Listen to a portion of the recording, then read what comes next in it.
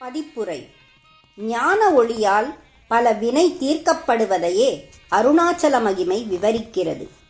சிதாகாசத்தை ஸ்பரிசித்து அருள் வழங்க எழுந்து நிற்கும் கோபுரங்களையும் மாதர்களுக்கு வழிகாட்டும் கார்த்திகை தீபத்தையும் மலைச்சிகரம் ஏந்தி நிற்கும் திருத்தலம் அருணாச்சலம்.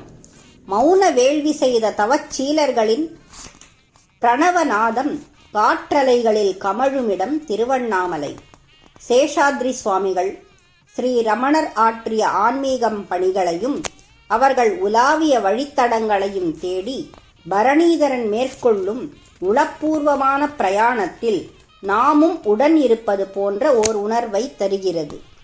பூண்டி சுவாமியாரின் நிலை வெள்ளத்தில் வள்ளிமலை சுவாமிகள், ஸ்ரீ சச்சிதானந்த சுவாமிகள், தங்கால் மௌனகுரு சுவாமிகள் போன்ற அருளாளர்களின் வாழ்வு நெறியும் சித்திரமாகிறது. முன்னர் 2 பாகங்களாக வெளிவந்தது. தற்பொழுது ஒரே நூலாக வெளிவந்துள்ளது.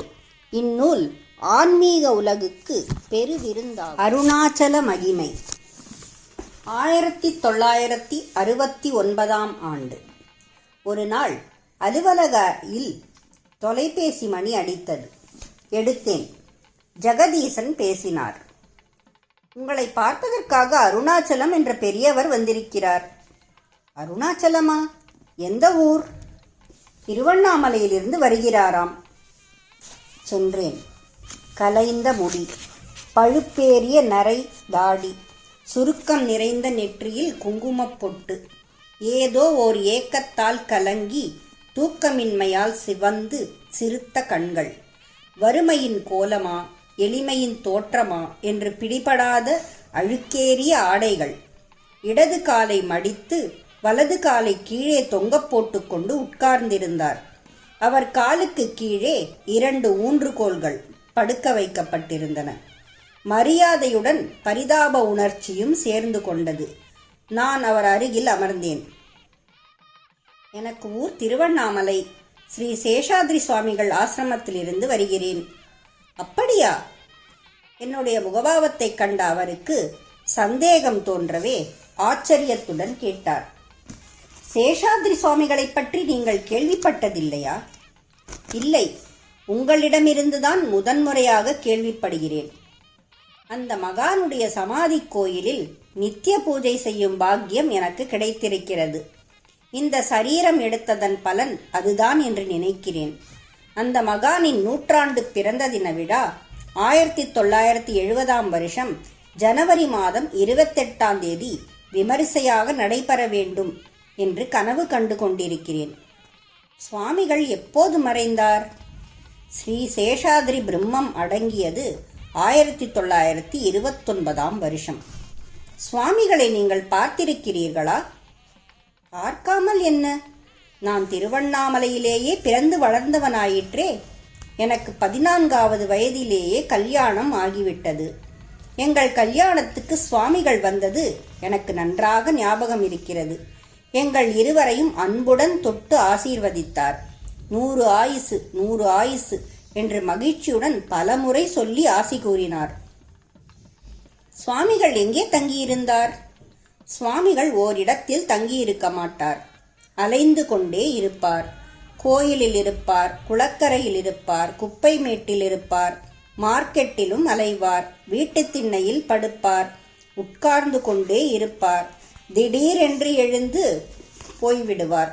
குளிக்க மாட்டார், ஒழுங்காக சாப்பிட மாட்டார், தூங்க மாட்டார். கந்தல் துணிதான், அழுக்கு வேட்டிதான். சுவாமிகள் உங்கள் வீட்டிற்கு வந்திருக்கிறாரா? ஒரு முறை வந்திருக்கிறார். நாங்கள் அவரை சாப்பிடச் சொன்னோம். சரி என்று உட்கார்ந்தார். இலையை போட்டு பரிமாறினோம். கறி, கூட்டு, குழம்பு, சாதம் எல்லாவற்றையும் ஒன்றாக கலந்தார். 2-3 உருண்டைகளாக உருட்டினார். ஆனால் சாப்பிடவில்லை. அந்த உருண்டைகளை 4 பக்கமும் வாரி வாரி இறைத்தார். என் தகப்பனார், ஏன் சுவாமி இப்படி செய்கிறீர்கள் என்று கேட்டார். அதற்கு சுவாமிகள், இந்த பக்கத்தில் தேவர்கள் இருக்கிறார்கள், அந்த பக்கத்தில் பூதகணங்கள் நிற்கிறார்கள், இதோ இந்த பக்கத்தில் மிருகங்கள் பட்சிகள் எல்லாம் இருக்கின்றன. அவளுக்கெல்லாம் பசிக்காதா? அதான் போட்டேன். என்று சொல்லிவிட்டு கையை வேட்டியில் துடைத்துக் கொண்டு போய்விட்டார். சித்தம் போக்கு சிவம்போக்கு என்று சொல்லுங்கள். ஆமாம், ஆனால் அவர் செய்கைகளும் பேச்சுக்களும் நமக்கு புரியாவிட்டாலும் அவர் பிரம்ம ஞானி என்பது அவரது கண்களை பார்த்தாலே தெரியும். அவை அப்படியே ஜொலிக்கும். அவர் திருஷ்டி நம் மீது பட்டால் நம்மை உலுக்கிவிடும். அப்படிப்பட்ட ஒரு மகானுக்கு கைங்கரியம் செய்யும் பாக்கியம் எனக்கு கிடைத்ததை நினைத்து நினைத்து நான் ஆண்டவனுக்கு நன்றி செலுத்திக் கொண்டிருக்கிறேன். ஸ்ரீ சேஷாதிரி சுவாமிகளை பற்றிய விவரங்களை மேலும் அறிய வேண்டும் என்ற ஆவல் மேலிட்டது. சுவாமிகளின் தோற்றம் எப்படி இருக்கும்? அவர் நல்ல உயரமா? நல்ல உயரமும் இல்லை, குட்டையும் இல்லை. சிவந்த மேனி, குழந்தை பேச்சு, ஒரே விஷயத்தை 10 தரம் சொல்வார். கேட்க வேடிக்கையாக இருக்கும்.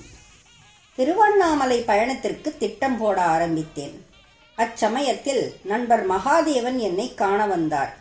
வேலூருக்கும் ஆற்காட்டிற்கும் இடையே உள்ள கீழ்மின்னல் என்னும் கிராமத்தில் ரத்னகிரி என்னும் சிறு குன்றில் ஒரு முருகன் கோயில் இருப்பதாகவும் அங்கு ஒரு மௌனசாமியார் இருக்கிறார் என்றும் அவரை தரிசிக்க நான் வரவேண்டும் என்றும் என்னை 1 மாதமாக அழைத்துக் கொண்டிருந்தார் அவர். வேலூர் மின்வாரியத்தில் பணிபுரிந்து கொண்டிருந்த ஊழியர் ஒருவர் சென்ற ஆண்டு அந்த முருகன் கோயிலுக்கு தரிசனத்துக்கு போனார். ஆறுமுகனின் அருள் சுரந்தது. இல்லற வாழ்க்கை அருந்தது. அன்றே அக்கணமே ஆண்டியாகிவிட்டார். அவரை கருவியாக கொண்டு முருகன் தன் ஆலய திருப்பணியை தொடங்கிவிட்டான். அந்த அதிசய சாமியாரை காண்பதற்காகத்தான் என்னை அங்கு வரும்படி வற்புறுத்திக் கொண்டிருந்தார் நண்பர். திருவண்ணாமலையிலிருந்து திரும்பும் வழியில் கீழ்மின்னல் ரத்னகிரிக்கு சென்று இச்சாமியாரை தரிசிக்கலாம் என்று திட்டம் வகுத்து புறப்பட்டேன். திருச்சி நெடுஞ்சாலையில் பயணம் செய்கிறவர்கள் செங்கற்பட்டை அடுத்து மாமண்டூருக்கருகில் ஒயிலாக வீற்றிருக்கும் விநாயக பெருமானுக்கு காணிக்கை செலுத்தாமல் செல்வதில்லை. நாங்களும் இறங்கி அவரை வலம் வந்து வணங்கிவிட்டு விபூதி பிரசாதத்தை பெற்றுக்கொண்டு பயணத்தை தொடர்ந்தோம். அடுத்து மதுராந்தகத்தில் இறங்கி ஏரி காத்தராமனின் ஆலய கோபுரத்தையும் ராமன் காத்த ஏரியையும் தரிசனம் செய்து கொண்டோம். வழி நெடுகிலும் வறட்சியால் வற்றி போயிருந்த நீர்நிலைகள் வான்மழையால் நிரம்பி வழிந்த காட்சி உள்ளத்தை குளிர்வித்தது. வாட்டி வதைக்கும் இயற்கை அன்னையே வாழவும் வைக்கிறாள். அன்னையின் அடிக்கும் கரங்களே அணைக்கவும் செய்கின்றன. பயணம் தொடர்கிறது. மயிலம் முருகப்பெருமானின் எழில்மிகு ஆலய கோபுரம் தொலைவில் தரிசனமாகிறது. திண்டிவனத்திற்குள் திரும்புகிறோம். திருநீஸ்வரர் கொலுவீட்டிருக்கும் துக்கு நோக்கி கும்பிடுகிறோம். செஞ்சியை நோக்கி கார் பறக்கிறது. செஞ்சிக்கோட்டை கண்ணுக்கு தெரிகிறது. சரித்திர புத்தகத்தில் பார்த்து பழக்கப்பட்ட காட்சியை முதன்முறையாக நேரில் பார்த்து வியக்கிறேன். சரித்திர ஏடுகள் கண்முன்னால் புரள்கின்றன. வந்தான் ஐயா ராஜாதேசிங்கு என்ற பழைய பாட்டு நினைவுக்கு வருகிறது. நீ செஞ்சிக்கோட்டையை பார்த்திருக்கிறாயா? அங்கே என்ன இருக்கிறது என்று கேட்டேன் உடன் வந்த நண்பர் சேஷாத்ரியிடம். பள்ளிக்கூடத்தில் படிக்கும்போது ஒரு முறை ஏறி இருக்கிறேன். பார்த்ததெல்லாம் மறந்து போச்சு. இப்போது ஏறி பார்க்கலாமா என்று கேட்டார் அவர். இன்று நேரம் இல்லை, இன்னொரு முறை பார்ப்போம். அருணாச்சலம் காத்து கொண்டிருப்பார் என்றேன் நான். பயணம் தொடர்ந்தது. அருளொளி வீசும் அருணாச்சலம் கம்பீரமாக காட்சியளித்தது. மலை தரிசனம் மனத்துக்கு இதமாக இருந்தது. அருணாச்சலேஸ்வரரின் நெடுதுயர்ந்த கோபுரத்தையும் கண்டோம். நெடுநாளைய கனவு பலித்தது. புலகிதம் பொங்கியது. புண்ணியம் சேர்ந்தது.